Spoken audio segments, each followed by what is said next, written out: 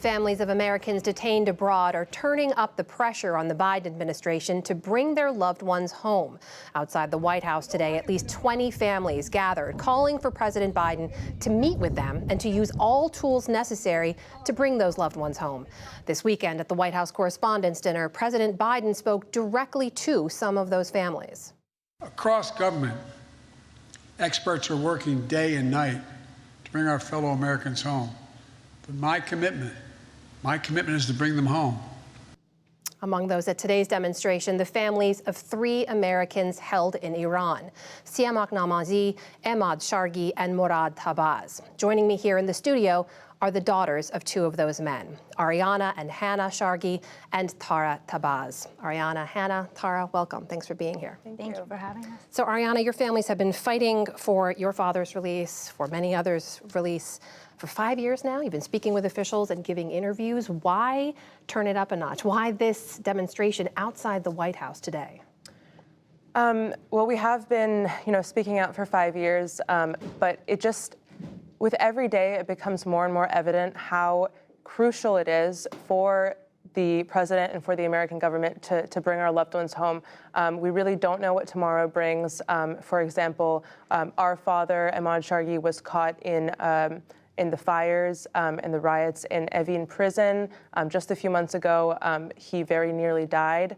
And so really, whenever we can come together and really make our voices heard and perhaps have the chance to speak with President Biden, that's what we are trying to do. Hannah, when's the last time you spoke with your dad? We spoke to our dad recently, actually. We were lucky enough to talk to him, but we never know what the next day will bring or when we'll be able to speak to him again. There's been a year where we haven't spoke to him or months where we haven't spoke to him. So it really just shows the pressure that we're under, and that time really is of the essence, and we don't have a day to wait. They have to be home as soon as possible. Tara, what about you? When's the last time you talked to your dad? How's he doing? I spoke to him yesterday, but as Hannah said, I think you really cherish every phone call you get because we never know when the next one will come. And, he's not doing well. It's 6 years that he's there, and we still haven't seen signs of them coming home. And, my father's now 67 years old. He has a history of cancer. He's been hospitalized multiple times while being incarcerated and has contracted COVID 3 times. So his mental and physical health is at risk every single day he's there. Ariana, you and the other family members are urging President Biden to use every tool at his disposal. The White House says they're working around the clock, right? Just last week, they imposed new sanctions on an Iranian intelligence group, on 4 senior officials. What tool do you want them to use that you don't see them using now? So I don't think that we're in a position to know that, frankly, but I think it's great that they have imposed sanctions. It is a great way to deter hostage-taking in the future. But, deterrents aren't bringing our fathers home. They really need to work on, both deterring this from happening again, but then also bringing home the Americans who are currently being held. Tara, how much of sort of an update do you get from officials? Do you know about any specific negotiations or any proposed deal that's on the table to help free your father? I think everything that we know is everything that the public knows and is in the media, and we just continuously keep being told that they're a priority, that they are working on it. But at the end of the day, this administration has been in place for 27 months, and we've been hearing the same thing. And the easiest first step is for President Biden to take the time to meet with our families and to give our loved ones hope that he even took this first step for them to believe that they actually are a priority. And furthermore, to just see the actions and not just the words. Hannah, we've reported on this before, too. The family of Evan Gershkovich, right, the Wall Street Journal reporter who has been detained in Russia since late March. His family received a call from President Biden. They met with him. I know you and the others have been asking for a similar meeting. What is your understanding of why that hasn't happened yet? Have they given you a reason? I honestly don't understand why the president hasn't called us, why he won't speak with us. I'm glad that he called Evan's family, as he should, but he should give us the same opportunity. I mean, Siamak Namazi a few weeks ago put his life at risk calling from a phone in Evin to a news reporter here, begging for for President Biden to speak to our families, and still he has not. And I don't understand why. I mean, we're 3 daughters begging for our president to talk to us, to bring our dads home, and I'd like to see that happen. I'd like the chance to speak with him. Tara, what would you say to that? I would equally agree with her. We have no idea why. We have asked countless times, and I was actually with Neda Shari when we had a fortuitous moment where 44 days ago, we happened to cross paths with him, enough time just for her to hand him a letter directly asking him to meet with us. So, in the past, we didn't know, maybe the messages weren't getting to him. Maybe he didn't hear Siamak's interview, but now we know that he directly knows from our families that we were asking for this meeting.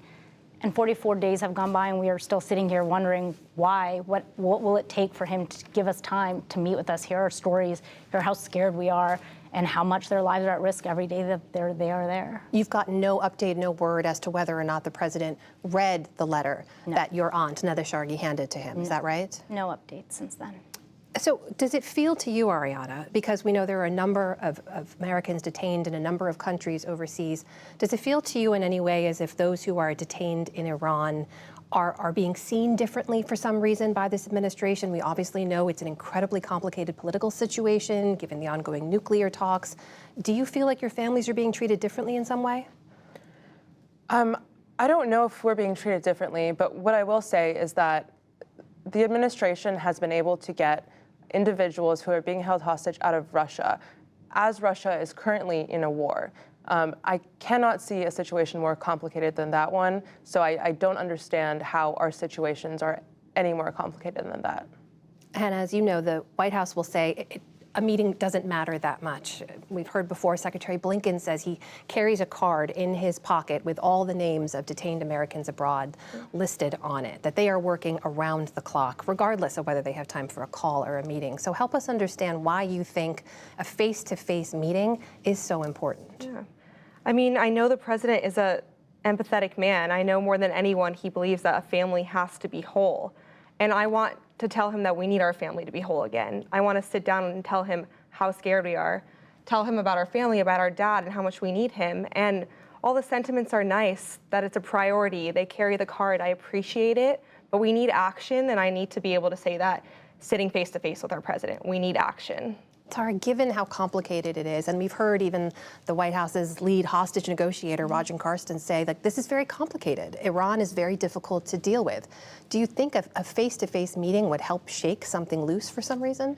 I do think so, because as Hannah said, I think that President Biden is a man of compassion and empathy. And I think meeting with us and hearing our stories firsthand, he has the opportunity to see the faces of the families that are suffering. And he, more than anybody, knows the pain when you lose a member of your family or the time that's robbed from you. And I think seeing our father's name and Siamak's name on a piece of paper and then being able to connect it back to our faces, it makes it such a more real situation versus just a name. And, we've heard firsthand yesterday on CNN from Trevor Reed's father and Sherelle Greiner how much it meant to them when they met with President Biden and how much it gave hope to their loved ones that were in prison. And, we saw their loved ones come home very shortly after that.